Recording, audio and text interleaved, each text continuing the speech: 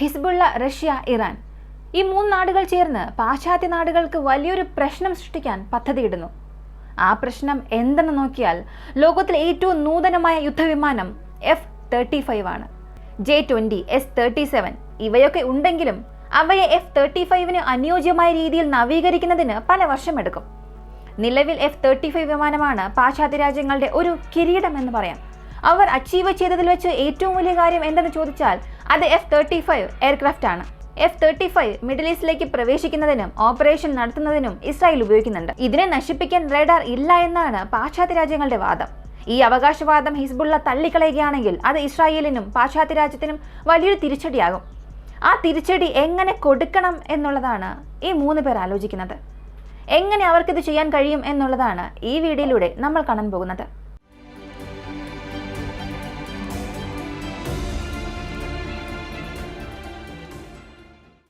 ആദ്യം F-35 നശിപ്പിക്കാൻ Hezbollah എന്തുകൊണ്ട് വരുന്നു എന്നത് നമ്മൾ മനസ്സിലാക്കണം. ലെബനനിലും സിറിയയിലും നിരവധി വ്യോമാക്രമണങ്ങൾ ഇസ്രായേൽ നടത്തിയിട്ടുണ്ട്. അവയിൽ ലെബനിലേക്കും സിറിയയിലേക്കും പ്രവേശിക്കാൻ ഉപയോഗിക്കുന്ന വിമാനം F-35 ആണ്. റഷ്യയുടെ S-400 വ്യോമ പ്രതിരോധ സംവിധാനത്തിന് ഒരു വെല്ലുവിളി തന്നെയാണ് F-35. സിറിയയിൽ റഷ്യൻ സൈനിക താവളത്തിന്റെ സംരക്ഷണത്തിനായി S-400 ഉപയോഗിച്ചു. സിറിയൻ കമാൻഡിന് S-300 മാത്രമേ ഉള്ളൂ. ഇപ്പോൾ റഷ്യൻ വ്യോമ പ്രതിരോധ സംവിധാനത്തെ ആക്രമിക്കാൻ ഇസ്രായേൽ F-35 വ്യോമ പ്രതിരോധ സംവിധാനം ഉപയോഗിക്കുന്നു. ഇത് റഷ്യയ്ക്ക് കടുത്ത അമർഷമുണ്ടാക്കും. പക്ഷേ F-35 ആക്രമിക്കാൻ അവർക്ക് S-400 ഉപയോഗിക്കാൻ കഴിയില്ല. അത് വലിയൊരു പ്രശ്നമാകും. എങ്കിലും റഷ്യൻ വ്യോമ പ്രതിരോധ സംവിധാനത്തിന്റെ സമീപം F-35 പ്രവർത്തിക്കുന്നു എന്നത് അവർക്ക് വലിയൊരു പ്രശ്നം തന്നെയാണ്. പല രാജ്യങ്ങളുടെ മാധ്യമങ്ങൾ പറയുന്നത് F-35 നിർത്തിയിരിക്കുന്നത് S-400 അടുത്താണ്. നോക്കുക, S-400 F-35 കണ്ടുപിടിക്കാനേ കഴിയില്ല, ഒന്നും ചെയ്യാൻ കഴിയില്ല എന്ന് മാധ്യമങ്ങൾ പറയുന്നു. വളരെ കാലമായി റഷ്യയ്ക്ക് F-35 ഒരു പകയുണ്ടായിരുന്നു. എങ്ങനെയും അത് കൈവശപ്പെടുത്തണം എന്ന്. ഇപ്പോഴിതാ F-35 ആക്രമിക്കാൻ റഷ്യയ്ക്ക് 2 നാടുകളുടെ സഹായം കൂടെ വേണം എന്ന നിലയിലേക്ക് ആ രോഷം എത്തിയിരിക്കുന്നു.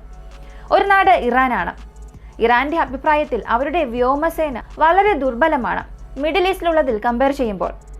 അമേരിക്ക ഏർപ്പെടുത്തിയ ഉപരോധമാണ് ഇതിന്റെ പ്രധാന കാരണങ്ങളിൽ ഒന്ന്. ഇപ്പോൾ അവിടെ ഹൈടെക് വിമാനം ഏതെന്ന് നോക്കിയാൽ F-14 ടോം കാറ്റ് എന്ന ഒരു പഴയ യുദ്ധവിമാനമാണ്. ഇപ്പോൾ ഈ യുദ്ധവിമാനം ആരും ഉപയോഗിക്കുന്നുമില്ല. MiG-21 പോലെ നമുക്കതിനെ സൂക്ഷിച്ചു വയ്ക്കാം, അത്രേ ഉള്ളൂ. അത്രയും പഴയ യുദ്ധവിമാനങ്ങളാണ് അവർ ഉപയോഗിക്കുന്നത്. അതിനാൽ അവരുടെ വ്യോമസേനയെ ഒരു തരത്തിലും ഇസ്രായേലിന്റെ വ്യോമസേനയുമായി നമുക്ക് താരതമ്യം ചെയ്യാൻ കഴിയില്ല. ഇത് മനസ്സിലാക്കിയ ഇറാൻ ചെയ്തത് അവർ അവരുടെ വ്യോമ പ്രതിരോധ ശേഷി വർദ്ധിപ്പിക്കുകയാണ്. അവർ അവരുടെ വ്യോമസേനയെ ഇസ്രായേൽ വ്യോമസേനയ്ക്ക് എതിരെ ഉപയോഗിക്കാതെ ഇസ്രായേൽ വ്യോമസേനയ്ക്കെതിരെ അവർ അവരുടെ വ്യോമ പ്രതിരോധം ഉപയോഗിക്കുന്നു. ഇതനുസരിച്ച് S-400, S-300 എന്നിവയാണ് അവർ ഉപയോഗിക്കുന്നത്. അവർ ഇതുവരെയും S-400 വാങ്ങിയിട്ടില്ല, പക്ഷെ അവരുടെ പക്കൽ S-300 ഉണ്ട്.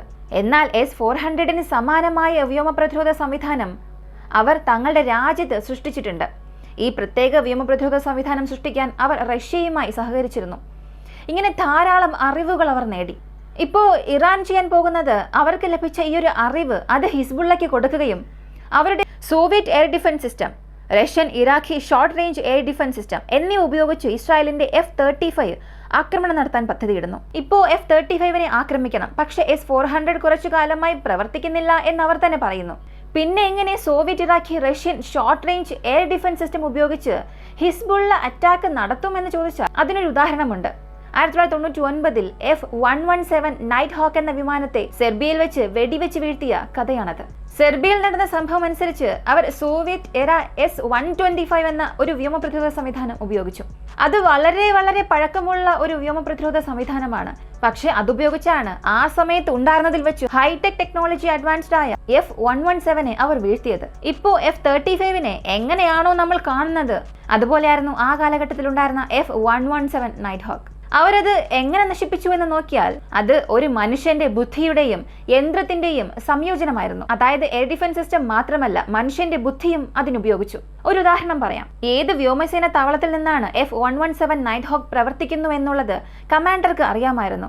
അതിനല്ല കമാൻഡർ ചെയ്തത്, അയാൾ തനിക്ക് അറിയാവുന്ന ചില ചാരന്മാരെ അയക്കുന്നു. ആ വിമാനം എപ്പോൾ പറന്നു ഉയരുന്നു എന്നുള്ളതിനെ കുറിച്ചുള്ള പ്രധാന വിവരങ്ങൾ നൽകാൻ അവരോട് ആവശ്യപ്പെടുന്നു. അങ്ങനെ F-117 നൈറ്റ് ഹോക്ക് ഒരു വ്യോമാക്രമണത്തിനായി ലാൻഡ് ചെയ്യാൻ അവിടെ നിന്ന് പറന്ന ഉടനെ ഇയാൾക്ക് വിവരം ലഭിച്ചു. ഇപ്പോൾ സെർബിയൻ കമാൻഡർക്ക് F-117 നൈറ്റ് ഹോക്ക് എയർബേസിൽ നിന്നും പറന്നുയർന്ന സമയം അറിയാം. ഇനി അയാൾക്ക് അറിയേണ്ടത് ഇതിന്റെ ലക്ഷ്യം എന്താണ് എന്ന്. അതിനെക്കുറിച്ചുള്ള വിവരങ്ങളും അദ്ദേഹത്തിന് ലഭിച്ചു. അവർ എവിടെയാണ് വ്യോമാക്രമണം നടത്താൻ പോകുന്നത് എന്നുള്ള വിവരവും ലഭിച്ചു. ഈ രണ്ട് വിവരങ്ങളും കിട്ടിയതിനു ശേഷം F-117 നൈറ്റ്ഹോക്കിന്റെ പാതയുടെ മധ്യത്തിൽ ചെന്ന് അതിനെ നിർത്താൻ കഴിഞ്ഞു. കാരണം ഈ എയർ ഡിഫൻസ് സിസ്റ്റം ഒരു ഷോർട്ട് റേഞ്ച് സിസ്റ്റം ആയിരുന്നു. 100 കിലോമീറ്റർ കൂടുതൽ അകലെയുള്ള ഒരു വിമാനത്തെ വെടിവെച്ച് വീഴ്ത്താനൊന്നും കഴിയില്ല. 15 കിലോമീറ്ററിനുള്ളിലെ വിമാനത്തെ മാത്രമേ വെടിവെച്ച് നശിപ്പിക്കാൻ സാധിക്കുകയുള്ളൂ. അതിനാൽ അവർ അത്രയും അടുത്തായിരിക്കണം. അങ്ങനെ ആ വിമാനത്തിന്റെ അത്രയും അടുത്തു കൊണ്ടുവന്ന് അവരുടെ പ്രതിരോധ സംവിധാനം വയ്ക്കുന്നതിന് അയാൾക്ക് ലഭിച്ച ഇന്റലിജൻസ് ആയിരുന്നു സഹായിച്ചത്. അതിനാൽ എവിടെയാണ് ഈ ഒരു വിമാനം വ്യോമാക്രമണം നടത്താൻ പോകുന്നത് എന്നറിയുന്നതിലൂടെ, അത് എയർബേസിൽ നിന്ന് പറന്ന് ഉയരുന്ന സമയം അറിയുന്നതിലൂടെ ഏത് സമയത്താണ് ആ വിമാനം നമുക്കടുത്തെത്തുക എന്നുള്ളതും അദ്ദേഹം ഊഹിച്ചെടുത്തു. ഇപ്പോൾ ഇതെല്ലാം അറിഞ്ഞ ശേഷം അദ്ദേഹത്തിന് ആവശ്യം ആ വിമാനത്തിന്റെ ബോംബ് ബേ ഡോറുകൾ തുറന്നിരിക്കണം.